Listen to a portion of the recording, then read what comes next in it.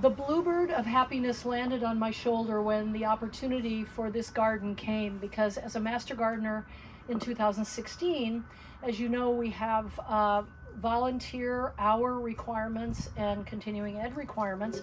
And in 2016, almost all of those were in San Luis Obispo County, down in near the city of San Luis. And while that was fine, it got to be a long trek back and forth on a regular basis. And when people in Paso, home gardeners, asked me about growing plants in Paso Robles, I realized how badly I needed experience in this North County, in this climate. So I'm very excited about that. The Master Gardener program, how many of you are past or present Master Gardeners? Yeah, I know there are a few for sure. Just to remind you, the Master Gardeners started at Washington State University in 1973. It's now in all 50 states. There are over 100,000 active Master Gardeners donating 5 million hours of volunteer work every year. In 1980, California got on the bandwagon and started the Master Gardener program. There are over 6,000 Master Gardeners in the state of California, active Master Gardeners, and there are 138 active Master Gardeners in SLO County. And the role of the Master Gardener really is to bring research-based best practices to the home gardener, to help them be more successful in whatever it is they choose to grow.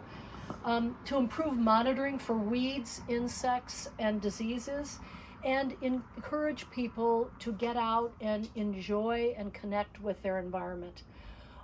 Master Gardeners have a long and very beneficial relationship with the California rare fruit growers. I'll tell you, one of my most memorable classes in 2016 was the grafting class. I absolutely loved it, and I will tell you that even today, I have my grafted apple tree growing in my orchard. Yay. Because I didn't have room for it until I grafted it, and when it took, how can you not keep your own grafted tree? So it is doing well and happy, and it reminds me every time I look at it how much I value the education I got through the Master Gardener program. Our demonstration gardens, and I'm sure many of you have been to the Garden of the Seven Sisters, it's designed as a model for the benefits of using research-based practices.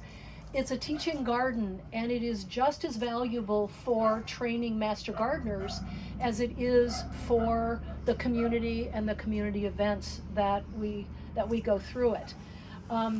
It's carefully planned to support the educational objectives that have been identified as important to the community in the San Luis Obispo area. We are not a community garden model. We do not assign plots, and you know all this, and have the community come in and work the plots.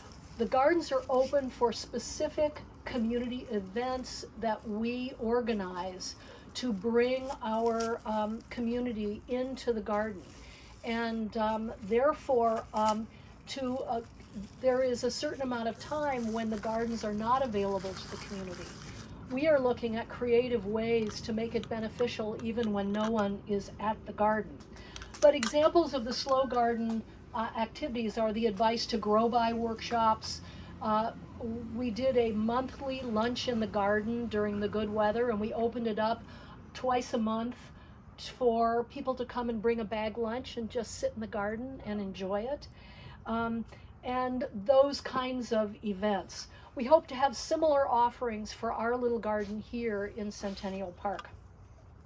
The garden here is a partnership between the UC Agriculture and Natural Resources, the SLO County Master Gardeners, and the city of Paso Robles. I asked the city for the history of the garden because I saw it driving by, but not until we were contacted in 2020 did I pay any real serious attention to it. The city of Paso, I'm sure somewhere, has a comprehensive history of the garden, but they gave me a skeletal history by sending me the 2 legal documents that they drew up between the 2 entities that took responsibility from the garden. I have to tell you, this meeting has already been worth its weight in gold, thanks to a conversation with Risa Bass about the rich history of the garden that precedes the information that the city of Paso gave to me. So the universe has organized it, and I guess for me to write the more comprehensive history of our little Centennial Park demonstration garden. And Risa and I are going to get together, and I'm going to get the more complete history of that garden.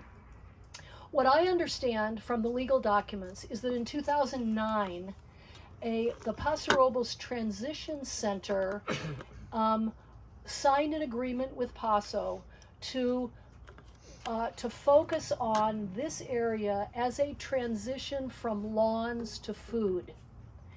And that relationship lasted 1 year, and in 2010, the relationship was taken over by an organization called Common Ground Worldwide. And based on the legal documents, they were responsible, the legally responsible entity, until December of 2021, when the Master Gardeners concluded their negotiations and signed another MOU. So stay tuned for a whole lot more color to what was really going on in the garden, thanks to Risa. The Common Ground Worldwide had been unable to maintain the garden for a couple of years. The irrigation had stopped working, and anybody who knows North County knows that not a whole lot lives without irrigation. The good news about the trees and some of the perennials is that they are well enough established, and we are surrounded by lush green lawns that gets watered regularly, and we think there's enough water in the soil to keep those plants, to have kept those plants alive. Well, of course, one of our first jobs was to install a whole new irrigation system. The opportunity for our Master Gardeners in the North County to volunteer is a real, genuine opportunity here, and we have, in our class of 2022, we had the largest group of North County Master Gardeners within that group that we've ever had before. So the garden couldn't come at a better time for us to have the opportunity for those North County Master Gardeners to be able to volunteer close to home. We even have a Master Gardener who's 2 blocks away and can walk over and put out the green waste bin every Monday night and bring it in on Tuesday morning. We signed the MOU in December of 2021. The Memorandum of Understanding committed us as a Master Gardener organization to 4 things: demonstrating water conservation, growing food and donating at least 70% of it to local Paso food pantries, developing community interaction, and exemplifying environmental stewardship. As some of you may know, I was telling Inez this. Sadly, most of the information indicates that home gardeners are notorious for misusing garden chemicals, both pesticides and herbicides.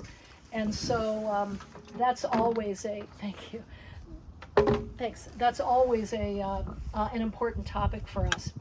For the first half of 2022, we removed the trash and the junk that was in the garden. It had been undertended and of course underwatered.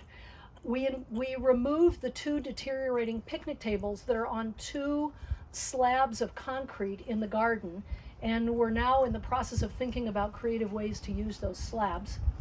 We replaced the irrigation system, and we prepared it for plots.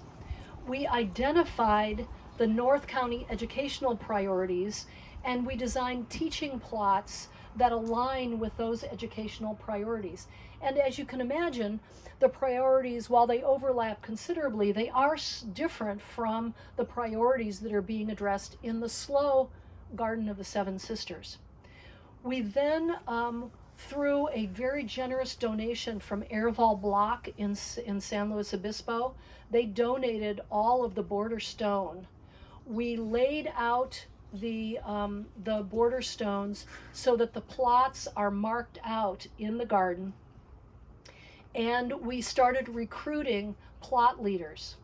We have 9 plots in the garden, and one of the pleasures of this garden is that in general the plots are pretty manageable size. The garden itself is about 3,500 square feet. So with 9 plots plus 2 slabs of concrete and walkways, we have some pretty what we hope are pretty manageable plots. We have a kitchen garden. We have a compost plot. That is the only important plot that we do not yet have a plot leader for. So Inez, we are looking for future you to be a master gardener and to volunteer to give that compost plot some love, because we know that's going to become more and more important given the direction the state is going regarding organic waste. We have a curb appeal pollinator garden. We have a 4 seasons bulb garden to explore the bulbs that bloom in each season of the year.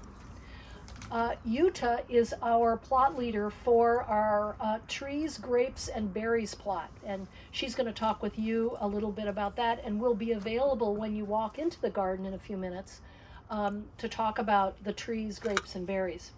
We have a turf alternative plot, because as you look around the context in which we find ourselves, these neighborhoods are under more and more pressure to reduce their watering.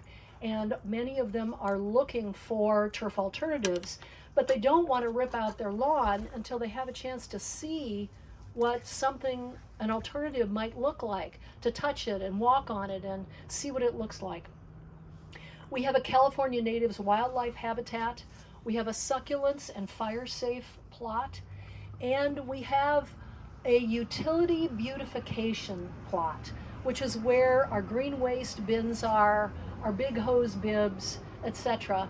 And we're looking for a master gardener who's interested in figuring out, like every homeowner does, how do you hide those things in your garden? For the rest of 2022, we're going to be reviewing and approving proposed plot designs and plant lists. Each plot leader who wants to volunteer completes an application and puts down their design for their plot and a list of proposed plants. We have a plant right committee which reviews the plant lists, and upon approval they can begin. We are looking for further infrastructure improvements, including putting in raised vegetable beds, a small water feature, some stepping stones to go around, to a kiosk that's in the corner of the garden facing the sidewalk, where we are hoping to put all the news about the garden and advertise workshops and give people an opportunity through the QR codes to find out more about possible donation and about the program. Our plot leaders are recruiting other master gardeners for their plots. We're going to start planting where appropriate, because in the North County, you've got to be careful. Well, everywhere you have to be careful to plant the right plant in the right place at the right time. General maintenance and upkeep, and building community outreach through our presence at festivals where we're talking to people about our community, about our new demonstration garden. And we're even starting to plan our first workshop, which just might be Utah doing a winter pruning workshop. We can only do one though, because we don't have enough trees. One workshop worth of trees is about all we have. But thanks to Utah and her active participation, we've already made our first donation to Paso Robles Loaves and Fishes. In 2023, we hope to get all the plots up and running. We hope to have an open house where the community can come in and come through the garden. We'd like to do some information booths. One of the benefits of this location is that the community is out here walking. They're walking their dogs. They're coming to classes at the community center that is the big building on the other side of the parking lot. They're coming to the pool in the summer. There are pickleball courts and tennis courts and a continuous flow of people. We'd like to take advantage of that when that flow is at its peak and put an information booth out here and answer garden questions for the community. We're working on collaborative outreach with the city of Paso Robles, and we've been asked to present to the city council when the time is right. So we've got our hands full. Fortunately, it's 3,500 square feet, so it's pretty manageable. I have to say, we have an overabundance of calendula, which anyone who would like, who always carries a trowel in their car, is welcome to dig up whatever they'd like and take whatever calendula they'd like to take them home. I'd like to pass this around. This side with the date of February 5th, 22 is an aerial photo of the garden when we took it over. This is July 1, before we put the border stone in, after our volunteers got finished, and I thought you might enjoy just taking a quick look at the difference. We're gonna allow before we are released to wander the garden freely.